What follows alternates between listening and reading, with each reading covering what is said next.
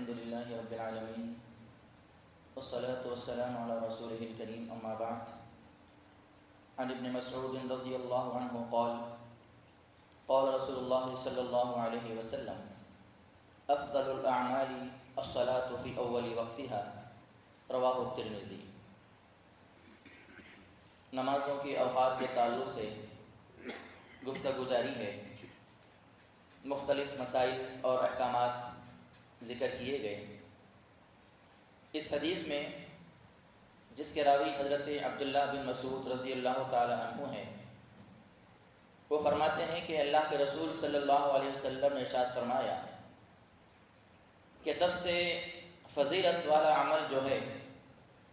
وہ یہ ہے کہ نمازوں کو اس کے اوقات میں ادا کیا جائے، اور وہ بھی اول وقت میں۔ اس حدیث کی اصل تفسیر اس طرح ہے، حضرت عبداللہ بن مسعود رضی اللہ تعالیٰ عنہ نے اللہ کے نبی صلی اللہ علیہ وسلم سے سوال کیا کہ ای العمل افضل، سب سے بہترین اور افضل عمل کون سا ہے؟ تو اللہ کے نبی صلی اللہ علیہ وسلم نے جواب میں ارشاد فرمایا کہ الصلاۃ فی اول وقتہا، نماز کو اس کے اول وقت میں ادا کرنا یہ سب سے افضل ترین عمل ہے۔ اس کے بعد سوال کیا گیا دوسرا عمل کون سا سب سے افضل ہے؟ تو اللہ کے نبی صلی اللہ علیہ وسلم نے فرمایا بر الوالدین، ماں باپ کے ساتھ حسن سلوک کرنا، اچھا برتاؤ کرنا۔ پھر اس کے بعد اللہ کے نبی صلی اللہ علیہ وسلم سے سوال کیا گیا کہ تیسرا سب سے افضل ترین عمل کون سا ہے؟ تو آپ نے فرمایا الجہاد فی سبیل اللہ، اللہ کے راستے میں جہاد کرنا۔ یہ حدیث جامع ترمذی کے اندر موجود ہے، اور اس کے علاوہ صحیح بخاری کے اندر بھی یہ روایت موجود ہے۔ اسی کے ساتھ ساتھ حضرت ابو محذورہ رضی اللہ تعالیٰ عنہ سے ایک روایت آتی ہے کہ جس میں اللہ کے نبی صلی اللہ علیہ وسلم نے نمازوں کے اوقات کی فضیلت کو بیان کرتے ہوئے اس بات کا تذکرہ کیا کہ اور اکثر ہمارے بھائی لوگ جو نمازوں کو تاخیر سے ادا کرتے ہیں یا آخر وقت میں ادا کرتے ہیں، وہ اسی روایت کو دلیل بنا کر پیش کرتے ہیں، جبکہ یہ روایت اور یہ حدیث بالکل ضعیف ہے۔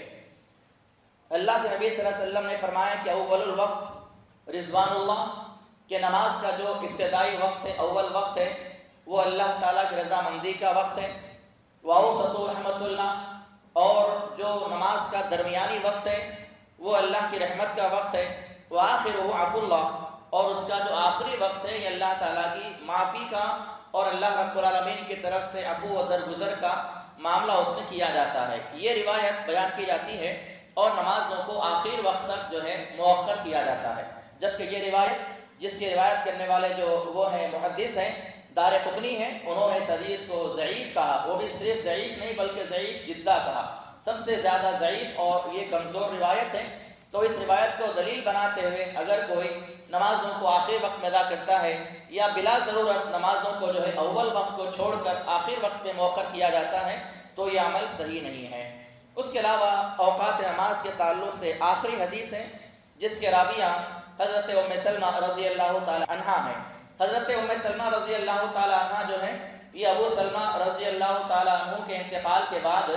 ان کا نکاح اللہ کے نبی صلی اللہ علیہ وسلم سے کیا گیا، اور یہ حضرت اللہ کے رسول صلی اللہ علیہ وسلم کی یہ زوجہ ہے، ام المؤمنین ہے۔ وہ فرماتی ہیں کہ اللہ کے نبی صلی اللہ علیہ وسلم نے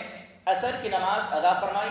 صلی رسول اللہ صلی اللہ علیہ وسلم العصر، آپ نے مسجد میں لوگوں کو نماز ادا فرمائی عصر کی نماز، ثم دخل بیتی، اس کے بعد میرے گھر میں داخل ہوئے، فصلی رکعتین، اس کے بعد آپ نے 2 رکعتیں ادا فرمائی۔ فسألت، میں نے اللہ کے نبی صلی اللہ علیہ وسلم سے سوال کیا کہ یا رسول اللہ، آپ نے جو ہے نماز عصر کے بعد 2 رکعتیں آپ نے ادا فرمائی، جبکہ آپ نے خود فرمایا کہ عصر کے بعد کوئی نماز نہیں، مغرب تک یعنی سورج غروب ہونے تک، فجر کے بعد کوئی نماز نہیں، سورج کے طلوع ہونے تک۔ تو اللہ کے نبی صلی اللہ علیہ وسلم نے فرمایا شغلت عن رکعتین بعد الظہر، اصل میں یہ جو 2 رکعتیں میں نے ادا کی ہیں یہ ظہر کی بعد کی جو 2 سنتیں تھی، کسی مصروفیت کی وجہ سے وہ سنتیں میری باقی رہ گئی تھی، فصلیتہما، اس لیے میں نے ان 2 رکعتوں کو پڑھا ہے۔ تو اس حدیث سے یہ معلوم ہوا کہ جہاں پر ممنوع اوقات کا ذکر کیا گیا کہ عصر کے بعد کوئی نماز نہیں، فجر کے بعد کوئی نماز نہیں، زوال کے وقت کوئی نماز نہیں، یہ جو نمازیں نہ پڑھنے کا تذکرہ ہے یہ نفل نمازوں کا تذکرہ ہے،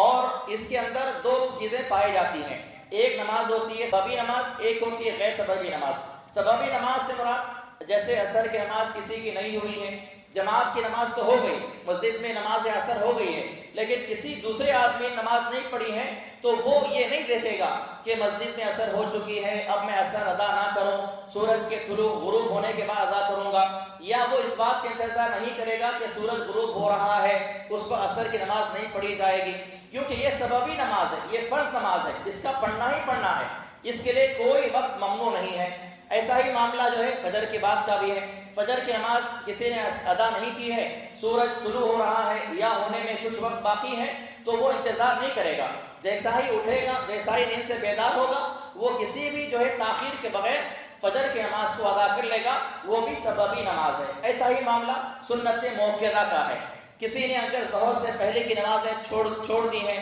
یا ظہر کے بعد کی جو سنت موقدہ ہیں 2 رکعتیں